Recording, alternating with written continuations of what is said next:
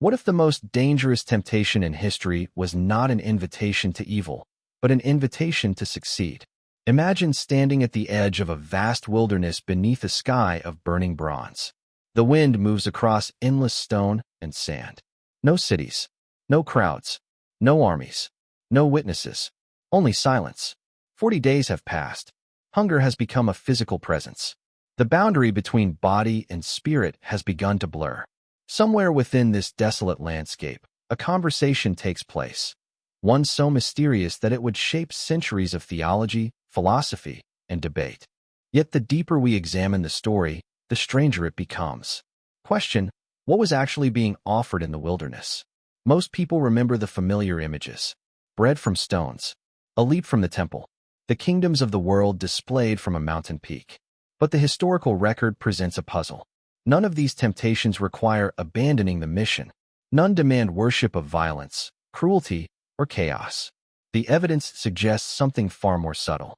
Each proposal appears to offer a path toward influence, legitimacy, and power. This raises a deeper question. If the goal was to stop a Messiah, why offer him tools that could help him accomplish his mission? Some scholars argue that the temptations were designed to corrupt divine purpose through human ambition. Others remain unconvinced, suggesting that the narrative functions as a theological reflection on the nature of leadership itself. The difficulty with every interpretation is that the offers seem strangely reasonable. Feed the hungry. Demonstrate divine protection. Establish righteous rule. None appear obviously evil, yet all are rejected. Why? The strongest evidence comes from the responses themselves. Again and again, the discussion turns not to what can be done, but to how it should be done. Perhaps the mystery of the wilderness is not about temptation in the ordinary sense. Perhaps it is about competing visions of salvation. One path promises immediate results. The other leads through uncertainty, suffering, and sacrifice. As we begin this investigation, we are not standing before a battle between good and evil. We are standing before an unopened door in history, asking whether the greatest temptation was the offer of power itself, or the offer of power without the cost that true authority demands. To understand what happened in the wilderness, we must first leave behind centuries of interpretation and return to the world that produced the story. The land before us is Judea in the early 1st century, a harsh frontier between cultivated life and untamed desolation. To the west lie villages, fields, vineyards, and stone-built settlements. To the east stretches a landscape of barren hills, fractured cliffs, dry wadis, and endless silence descending toward the Dead Sea. This is not merely empty land. In the imagination of ancient Israel, the wilderness possessed memory. The historical record shows that generations before this story, the ancestors of Israel wandered through deserts after the Exodus. Prophets retreated into lonely places seeking divine encounter. Communities associated the wilderness with testing, purification, danger, and revelation. Question: why would a sacred narrative begin here rather than in a city, a temple, or a palace? The evidence suggests that the wilderness occupied a unique place in Jewish religious thought. It was a place where ordinary structures of society disappeared. No crowds remained. No institutions offered protection. A person stood exposed before God, before nature, and perhaps before their own deepest fears. Archaeological evidence reveals that the Judean wilderness was sparsely inhabited but not entirely empty. Caves sheltered ascetics and travelers. Remote settlements existed near water sources. The nearby region of Qumran housed a community that many scholars associate with the Dead Sea Scrolls. Some scholars argue that the temptation narrative should be understood within this broader culture of desert spirituality.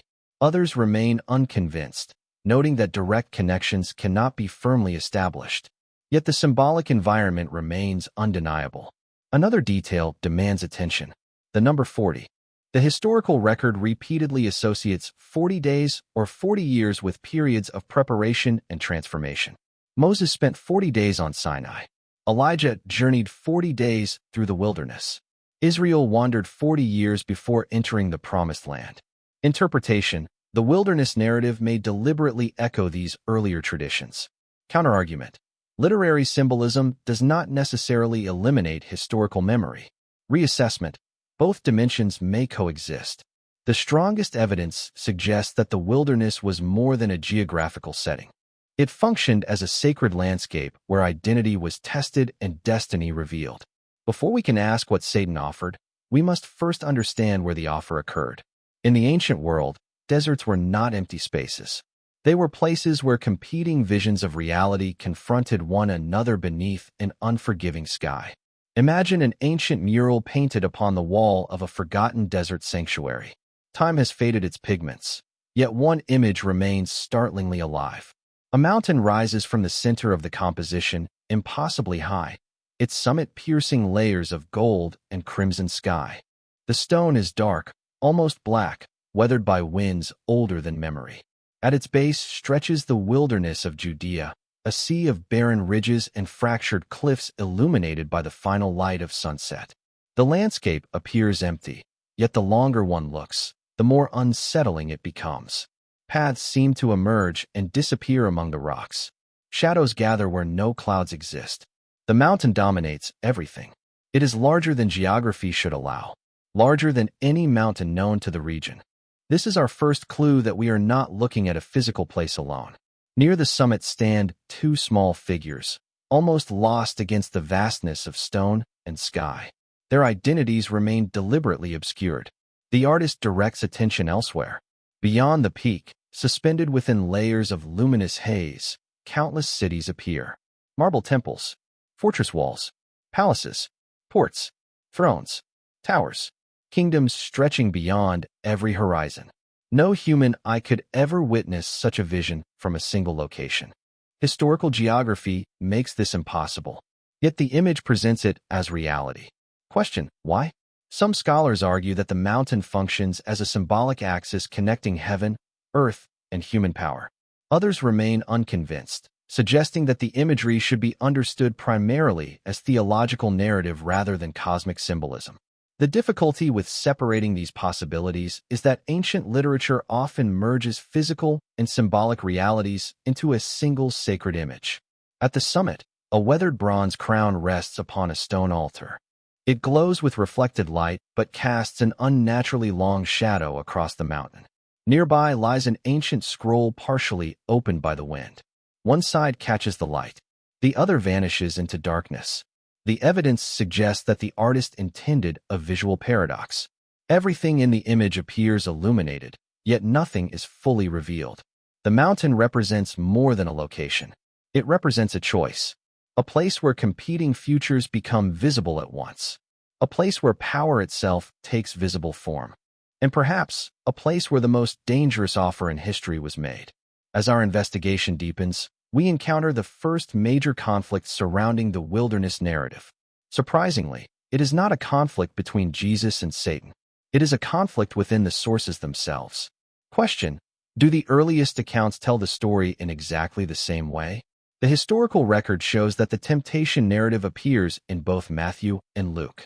Both describe 3 temptations. Both place the encounter after 40 days in the wilderness. Both portray a struggle centered upon scripture, identity, and authority. Yet when we compare the texts carefully, a significant difference emerges.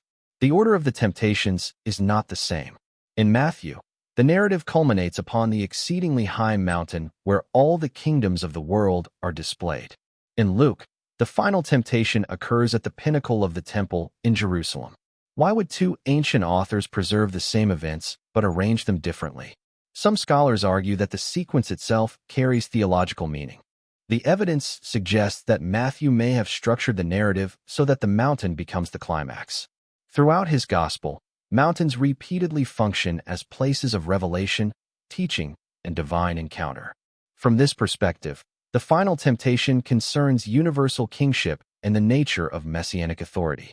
Others remain unconvinced. They argue that Luke intentionally places Jerusalem at the center because his broader narrative consistently moves toward the holy city. The temple becomes the symbolic destination of the gospel itself. Interpretation: each author may be shaping inherited tradition to emphasize a different theological concern. Yet this raises another question. Did the event occur exactly as described, or are we witnessing literary construction designed to communicate deeper truths? Some scholars support a historical reading. suggesting that the narrative preserves authentic memories of a profound spiritual experience. Others argue that the story belongs primarily to the realm of theological reflection, where symbolism communicates meaning more effectively than chronology. The difficulty with choosing one explanation exclusively is that ancient literature often operates in both dimensions simultaneously. Historical fact: the narrative exists in multiple early traditions. Scholarly interpretation: those traditions are not identical. Counterargument: differences do not necessarily imply contradiction. Reassessment: they may reveal distinct theological perspectives emerging from a shared memory. Yet the debate remains open. The strongest evidence shows that the wilderness story was considered important enough to preserve, but flexible enough to be interpreted. And perhaps that is our first clue. The conflict is not merely about what happened in the wilderness. It is about what ancient communities believed the wilderness ultimately meant. To move beyond the familiar narrative, we must enter the world of hidden texts, ancient echoes, and traditions that survived outside the boundaries of the canonical Gospels. Question: where did the language of the wilderness temptations come from? The strongest evidence comes from a detail many readers overlook. Every response given by Jesus during the temptations is drawn from a single biblical book, Deuteronomy. This is not random. The historical record shows that Deuteronomy contains Moses' reflections on Israel's 40 years in the wilderness. Question: why would a first-century author repeatedly connect Jesus to these passages? Some scholars argue that the temptation narrative deliberately presents Jesus as reliving the story of Israel itself.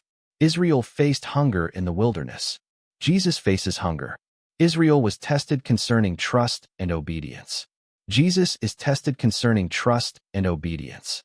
Interpretation: the narrative may be portraying a faithful representative succeeding where the nation previously failed. Others remain unconvinced that the parallels should be pushed too far. The difficulty with symbolic readings is that they can sometimes obscure whatever historical memory may also lie beneath the text. Yet the pattern remains difficult to ignore. Additional clues emerge from the Dead Sea Scrolls discovered near Qumran. Although these manuscripts do not contain the temptation story itself, they reveal a religious world deeply concerned with cosmic conflict, spiritual testing, scriptural interpretation, and preparation in the wilderness. The evidence suggests that many Jewish groups of the period viewed history as a struggle between competing powers seeking humanity's allegiance. This raises a deeper question. Could the wilderness narrative be speaking not only about one individual, but about a larger battle over the meaning of divine authority? Some scholars point to non-canonical traditions and later Christian writings that expand themes of demonic opposition and spiritual testing. Others caution that these texts emerged generations later and should not be used to reconstruct the earliest layers of the story. Historical fact: the temptation narrative is deeply rooted in the language of Deuteronomy. Archaeological evidence: the Judean wilderness hosted communities whose writings reveal similar concerns about testing and covenant loyalty. Scholarly interpretation: the story may be functioning simultaneously as historical memory, theological reflection, and scriptural reenactment. Narrative reflection: the hidden texts do not solve the mystery. Instead, they reveal that beneath the visible dialogue in the wilderness lies an older conversation stretching back through centuries of sacred history. And perhaps the offer made in the desert cannot be understood until we recognize that the wilderness itself was already speaking long before the tempter arrived. At first glance, the wilderness narrative appears to contain three simple objects: bread, a temple, and a mountain. Yet the deeper we investigate, the more these objects begin to function as symbols embedded within the religious imagination of the ancient world. Question: what did the original audience see when they heard these images? The evidence suggests they saw far more than physical objects. Consider the stones and bread.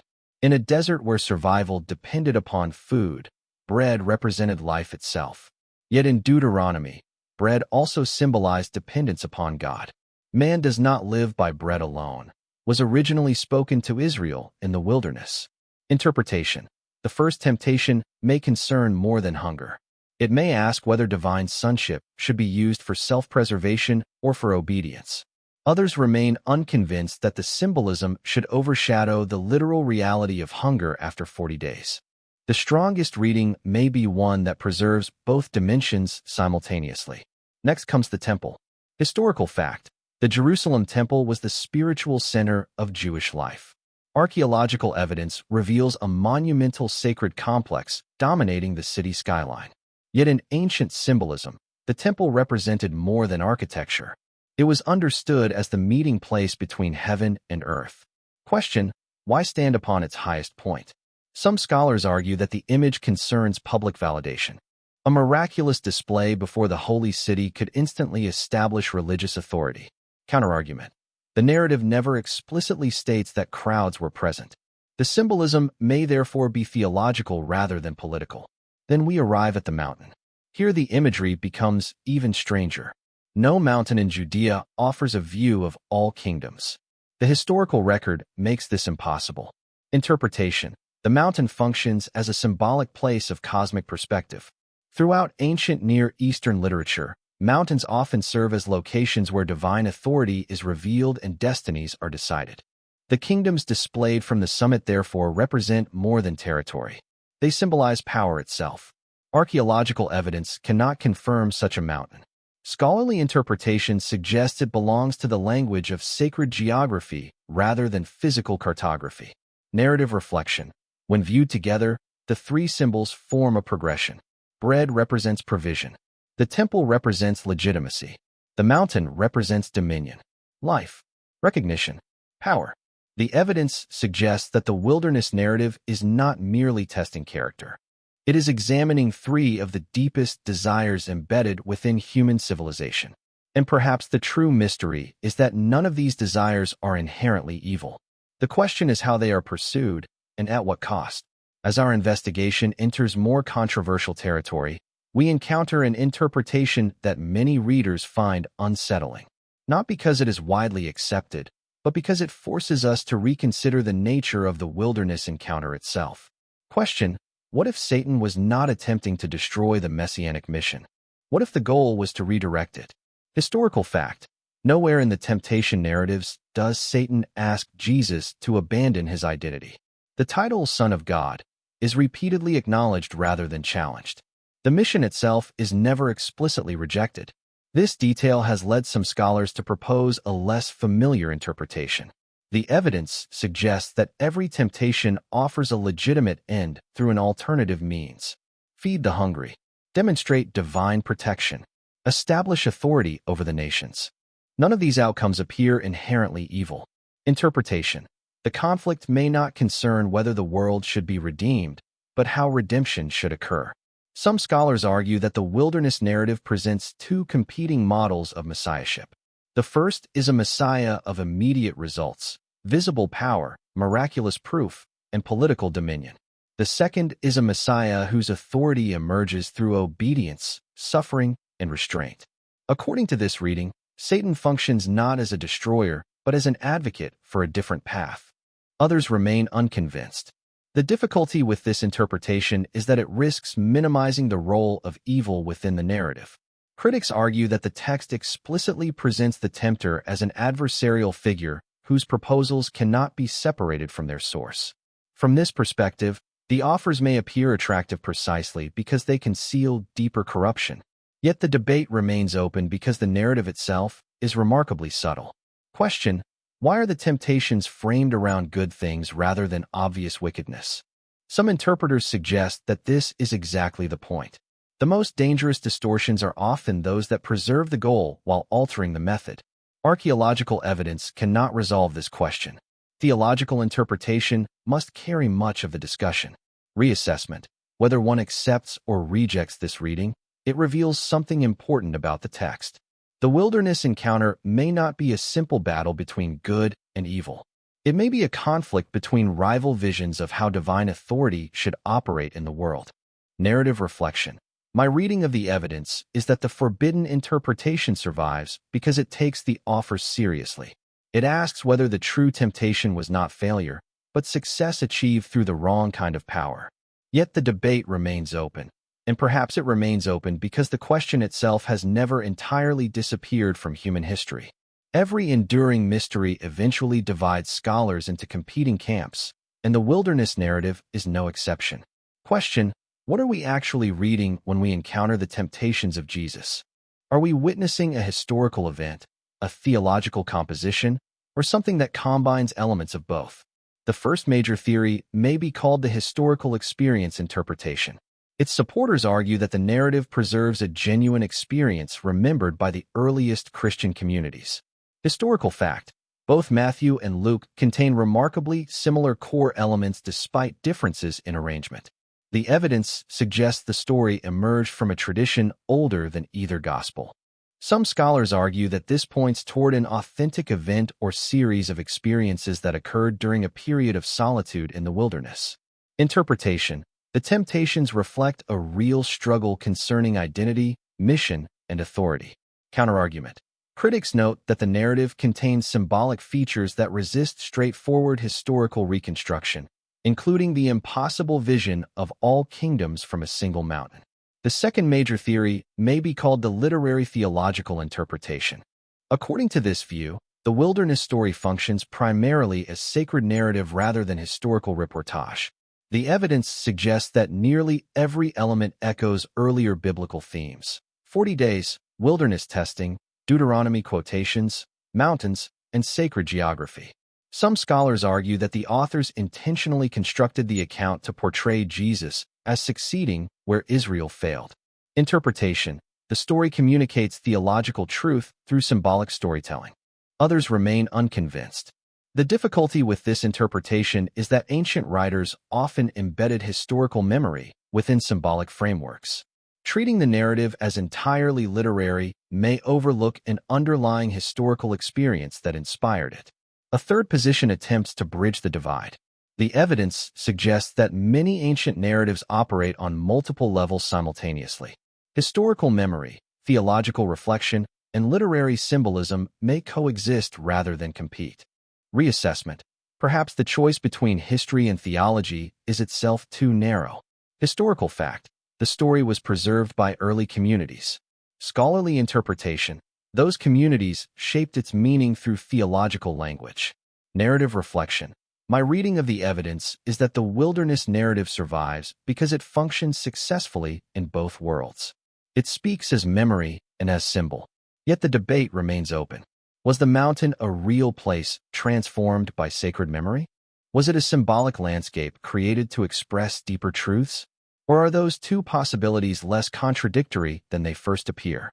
The archaeological record cannot fully answer. The texts continue to invite interpretation. And perhaps the most revealing question is not which theory is correct, but why this ancient encounter continues to resist a final explanation after 2,000 years. If we wish to test the wilderness narrative against the physical remains of the ancient world, we immediately encounter a challenge. Question: what archaeological evidence exists for the temptations themselves? Historical fact: none. No inscription records the encounter. No artifact preserves the conversation. No excavation can identify the exact mountain, stone, or cave described in the story. Yet the absence of direct evidence does not end the investigation. It simply shifts our attention toward the cultural landscape that shaped the narrative. The strongest archaeological echoes emerge from the Judean wilderness itself, stretching between Jerusalem and the Dead Sea. This harsh region remains filled with limestone cliffs, dry ravines, isolated plateaus, and hidden caves. Archaeological surveys reveal that the wilderness was never completely empty. Travelers crossed it. Hermits sought solitude within it. Religious communities established remote settlements along its margins.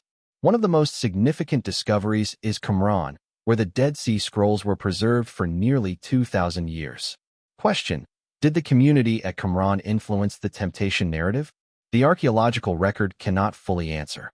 No manuscript from Qumran contains the temptation story.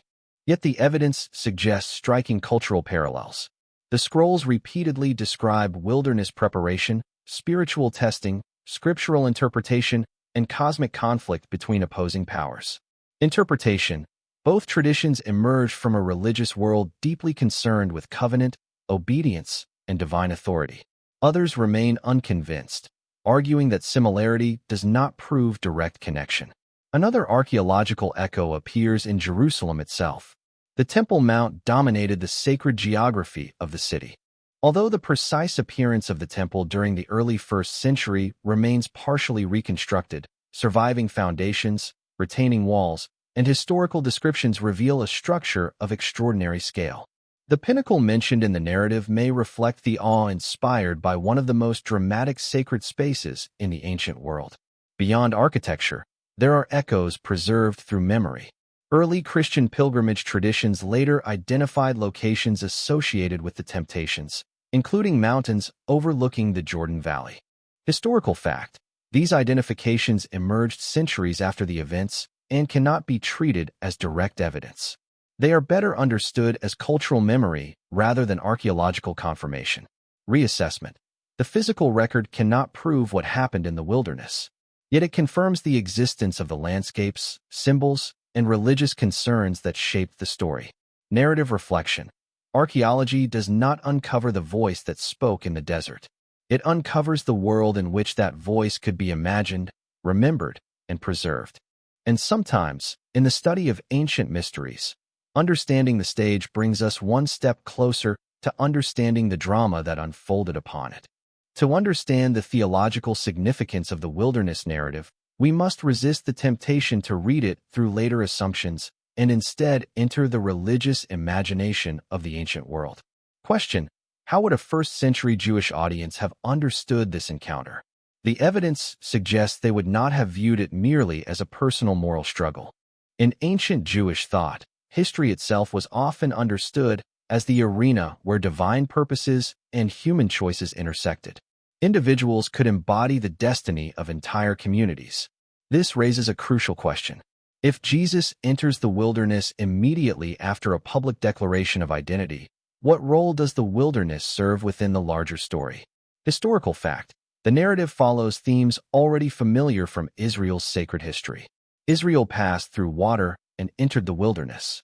Jesus passes through baptism and enters the wilderness. Israel was tested. Jesus is tested. Interpretation: many scholars argue that the narrative presents Jesus as a representative figure reenacting the story of God's people. Yet, unlike earlier generations, the responses consistently emphasize obedience over immediate advantage. Others remain unconvinced that representation alone explains the narrative's depth. The strongest evidence comes from the specific nature of the temptations. Bread, temple, and kingdoms are not random subjects. They correspond to fundamental questions about authority. How should divine power be used? How should divine favor be demonstrated? How should divine rule be established? In the worldview of the ancient Near East, kings, priests, and prophets all confronted versions of these questions. Archaeological evidence reveals societies structured around visible displays of power, monumental architecture, military strength, and sacred legitimacy. Against this backdrop, the wilderness narrative appears strikingly countercultural. Theological interpretation: authority is not validated through spectacle. Sonship is not proven through manipulation of divine power. Dominion is not established through immediate control of kingdoms. Counterargument: some scholars caution against reducing the narrative to a simple rejection of power. The difficulty with that interpretation is that power itself is not condemned within the text. Rather, its source, purpose, and method are placed under examination. Reassessment: the evidence suggests that the central theological issue concerns the nature of legitimate authority. Narrative reflection: for many ancient readers, the wilderness represented a place where competing visions of kingship were tested. One vision relied upon visible success, miraculous proof, and political influence. The other relied upon trust, restraint, and covenant loyalty. Yet the debate remains open because the narrative never explicitly explains every symbol. It presents a mystery instead. A mystery asking not whether power should exist, but what kind of power truly reflects the purposes of the divine.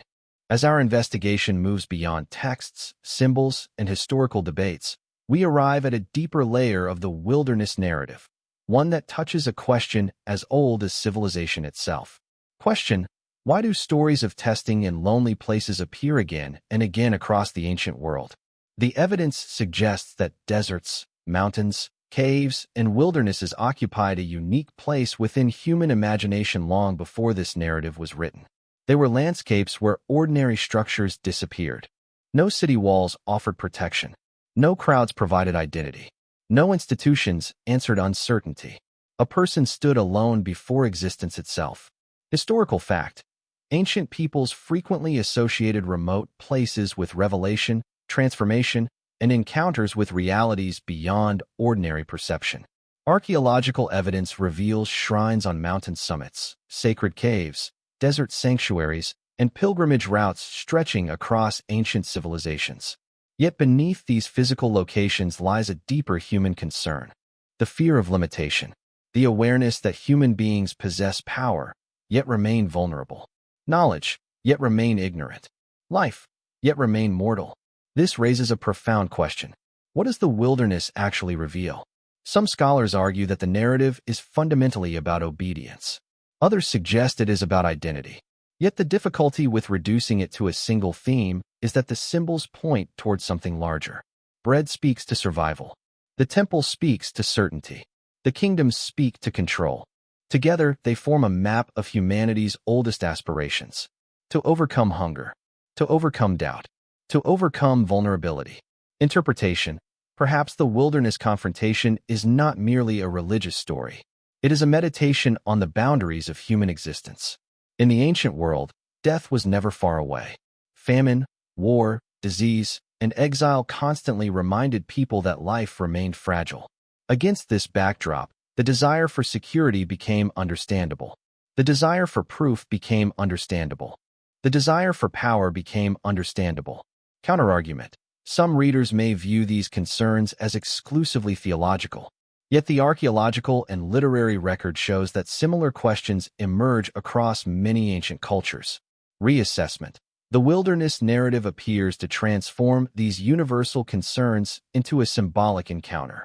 Narrative reflection: my reading of the evidence is that the story endures because it confronts a paradox at the center of the human condition.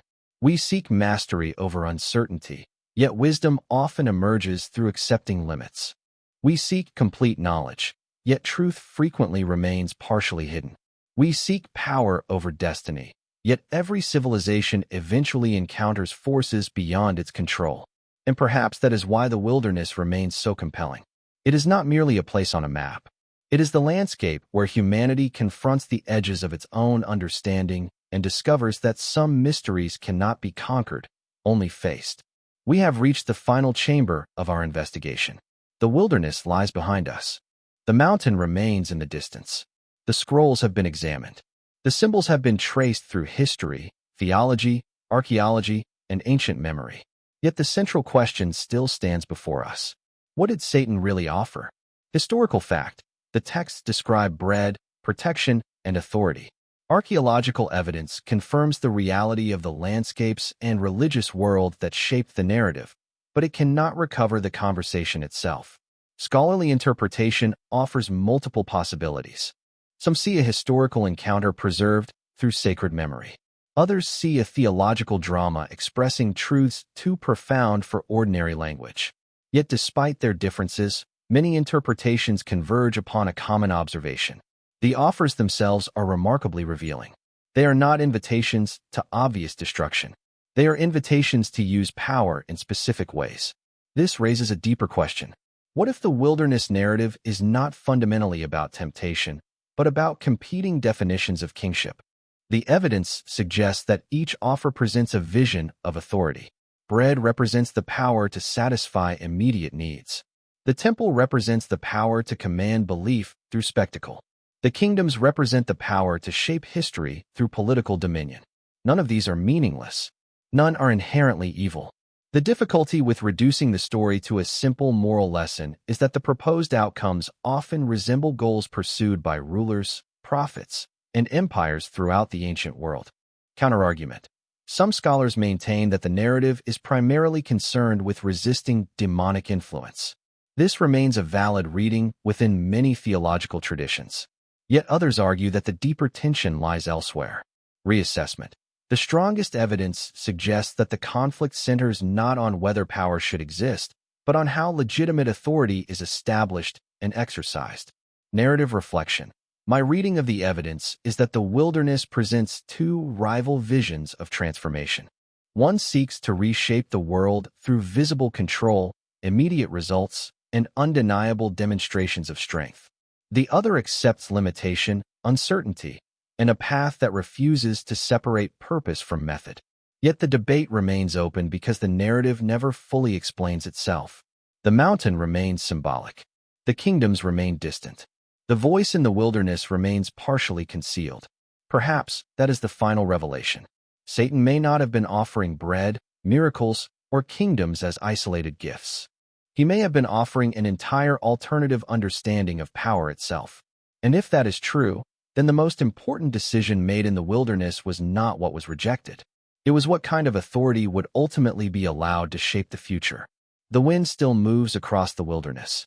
The mountain still stands beyond the horizon. The ancient scroll remains open upon the stone, its ink faded but not silent. We began this investigation with a simple question: what did Satan really offer Jesus in the wilderness? Along the way, the question transformed.